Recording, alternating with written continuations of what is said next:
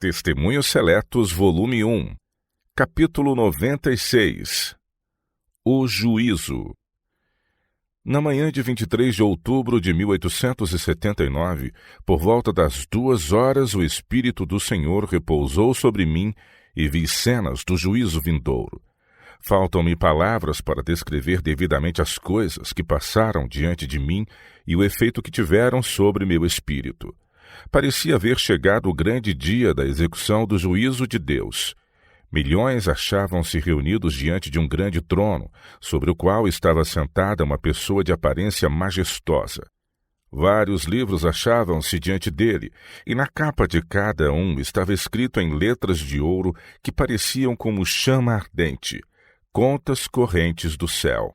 Foi então aberto um desses livros, contendo os nomes dos que professam crer na verdade. Perdi imediatamente de vista os inúmeros milhões que se achavam em redor do trono, e unicamente os que eram professos filhos da luz e da verdade me prenderam a atenção. Ao serem nomeadas essas pessoas uma a uma e mencionadas suas boas ações, sua fisionomia iluminava-se de santa alegria que se refletia em todas as direções. Isto, porém, não pareceu fixar-se em meu espírito com a maior intensidade. Abriu-se outro livro, no qual se achavam registrados os pecados dos que professam a verdade. Sob o cabeçalho geral de egoísmo, vinha uma legião de pecados. Havia também cabeçalhos sobre cada coluna e embaixo destes, ao lado de cada nome, achavam-se registrados em suas respectivas colunas os pecados menores. Sob a cobiça vinha a falsidade, o furto, o roubo, a fraude e a avareza. Sob a ambição vinha o orgulho e a prodigalidade. O ciúme encabeçava a maldade, a inveja e o ódio. E a intemperança servia de cabeçalho a uma longa lista de terríveis crimes, como a lascívia, o adultério, a condescendência com as paixões animais, etc. Ao contemplar isto, enchi-me de inexprimível angústia e exclamei: quem poderá salvar-se? Quem subsistirá justificado diante de Deus? Quem terá os vestidos sem mancha? Quem é impecável aos olhos de um Deus puro e santo? À medida que o santo que estava sobre o trono ia virando lentamente as folhas do contas correntes e seus olhos pousavam momentaneamente sobre os indivíduos, esse olhar parecia queimar-lhes até ao íntimo da alma, e no mesmo instante cada palavra e ação de sua vida passava-lhe diante da mente, clara como se fosse traçada ante seus olhos com letras de fogo. Apoderava-se deles o temor e os rostos empalideciam. Seu primeiro aspecto, quando se achavam diante do trono, era de descuidosa indiferença. Mas como se lhes mudara agora esse aspecto? Desaparecera o sentimento de segurança, substituindo um insuportável terror. Toda a alma está aterrada, não seja ela achada entre os que estão em falta. Todos os olhos se acham voltados para a face daquele que está sobre o trono, e enquanto seu olhar solene e esquadrinhador passa por aquele grupo, há tremor de coração, pois sentem-se em si mesmos condenados, sem que fosse pronunciada uma palavra. Em angústia de alma, cada um declara a própria culpa, e de maneira terrivelmente vívida vê que, pecando, atirou fora a preciosa dádiva da vida eterna. Empecilhos do terreno. Uma classe estava registrada como empecilhos do terreno. Ao cair sobre esses o penetrante olhar do juiz, foram distintamente revelados seus pecados de negligência.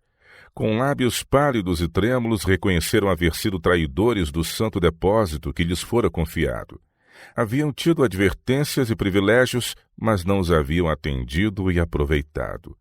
Podiam ver agora que haviam presumido demasiado da misericórdia de Deus.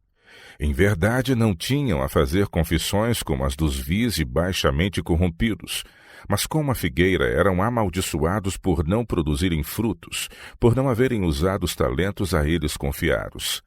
Essa classe dera ao próprio eu o supremo lugar, trabalhando apenas pelo interesse egoísta.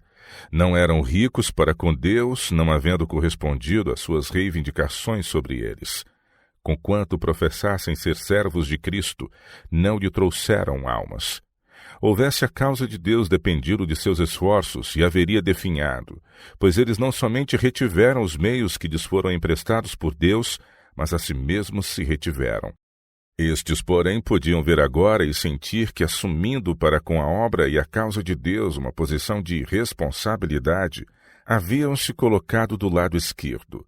Haviam tido oportunidade, mas não fizeram a obra que podiam e deviam ter feito. Foram mencionados os nomes de todos quantos professam a verdade. Alguns foram reprovados por sua incredulidade, outros por terem sido servos negligentes. Deixaram que outros fizessem a obra na vinha do Mestre e levassem as mais pesadas responsabilidades enquanto eles estavam servindo egoístamente seus próprios interesses temporais. Houvessem eles cultivado as aptidões que o Senhor lhes dera, teriam sido dignos de confiança como portadores de responsabilidades, trabalhando pelos interesses do Mestre. Disse o juiz: todos serão justificados por sua fé e julgados por suas obras. Quão vividamente aparecia então sua negligência e quão sábia a medida de Deus de dar a cada homem uma obra a fazer, a fim de promover a causa e salvar seus semelhantes. Cada um devia demonstrar na família e na vizinhança uma fé viva, mediante a bondade manifestada ao pobre, a compaixão para com o aflito, o empenhar-se em obra missionária e o ajudar a causa de Deus com seus meios. Mas como aconteceu em Merós, a maldição de Deus repousou sobre eles pelo que não fizeram. Amaram a obra que traria mais proveito nesta vida, e ao lado de seus nomes no livro consagrado às boas obras, havia um lamentável vazio. Achado em falta. As palavras dirigidas a esses foram soleníssimas. Fostes pesados na balança e achados em falta. Negligenciastes as responsabilidades espirituais devido à atarefada atividade nos assuntos temporais, no passo que vossa própria posição de confiança tornava necessário possuir de sabedoria mais que humana e discernimento acima do finito. Precisáveis disto a fim de realizardes mesmo a parte mecânica de vosso trabalho, e quando desligastes Deus e sua glória de vossa ocupação, desviastes-vos de sua bênção. Foi então feita a pergunta: por que não lavastes vossos vestidos de caráter e os branqueastes no sangue do Cordeiro? Deus enviou seu Filho ao mundo não para que condenasse o mundo, mas para que esse fosse salvo por ele. Meu amor por vós foi mais abnegado do que o de uma mãe. Foi para poder apagar vosso sombrio registro de iniquidade e pôr-vos nos lábios o cálice da salvação, que sofri a morte de cruz suportando o peso e a maldição de vossa culpa.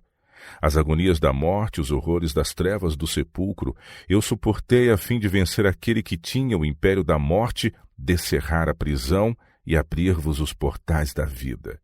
Submeti-me à vergonha e à angústia porque vos amava com infinito amor e queria trazer de volta minhas ovelhas desgarradas e errantes ao paraíso de Deus, à árvore da vida. Esta vida de bênção que para vós comprei a tal preço, vós a desprezastes. Vergonha, injúria e ignomínia como os que por vós sofreu vosso mestre, vós os evitastes. Não apreciastes os privilégios pelos quais ele deu a sua vida para pô-los ao vosso alcance. Não quisestes ser participantes de seus sofrimentos, e agora não podeis partilhar com ele de sua glória. Foram então proferidas estas solenes palavras: quem é injusto, faça injustiça ainda, e quem está sujo, suje-se ainda. E quem é justo, faça justiça ainda, e quem é santo, seja santificado ainda. Apocalipse 22, verso 11. Fechou-se então o livro e caiu o manto da pessoa que estava no trono, revelando a terrível glória do Filho de Deus. A cena dissipou-se e encontrei-me ainda na terra, inexprimivelmente grata porque o dia de Deus ainda não tivesse vindo, e o precioso tempo da graça ainda nos fosse concedido, de modo a nos prepararmos para a eternidade. O trabalho de cada hora passa em revista diante de Deus, e é registrado para fidelidade ou infidelidade.